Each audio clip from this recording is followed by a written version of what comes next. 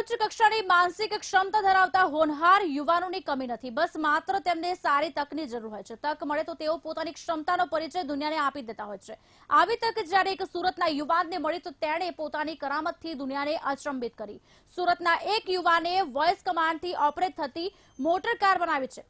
Voice કમાન્ડથી કારમાં music system, light, એસી operate થાય છે। એટલું જ નહીં, કારને બહારથી મોબાઈલ એપ્લિકેશનથી પણ ઓપરેટ કરી શકાય છે। જોઈએ આ રિપોર્ટ।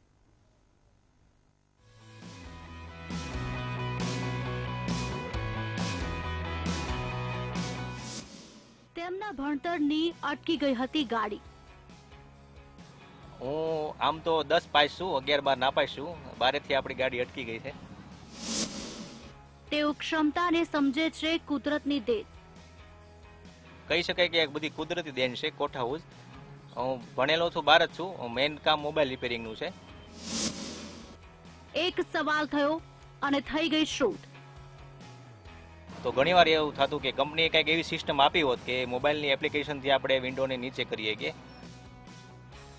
આ છે માત્ર ધોરણ 10 સુધી ભણેલા અને હાલમાં મોબાઈલ રિપેરિંગનું કામ કરતા ભાવિન મકાણી।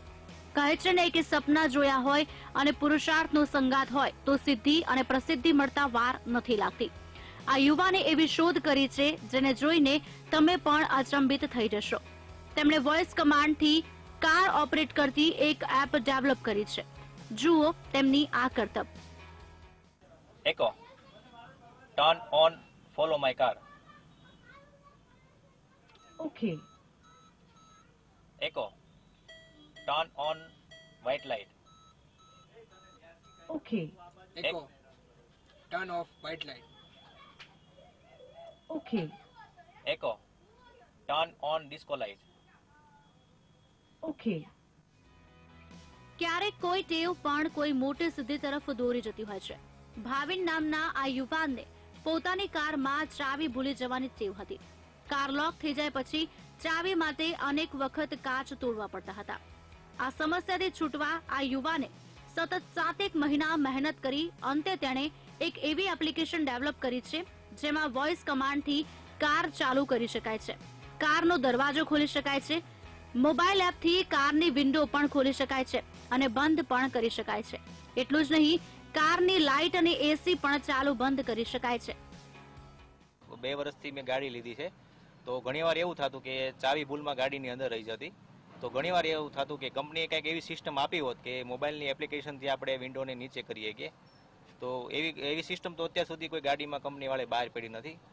પછી એ વસ્તુ ગોઠવવા માટે અમે 7-8 મહિના ત્યાં રિસર્ચ કર્યું અને અત્યારે એ એપ્લિકેશન અને વોઇસ કમાન્ડવાળું કમ્પ્લીટ થઈ ગયું છે કે ગાડીની અંદર ચાવી રહી ગઈ હોય તો આપણે મોબાઈલની એપ્લિકેશનથી વિન્ડોને ડાઉન કરી શકીએ।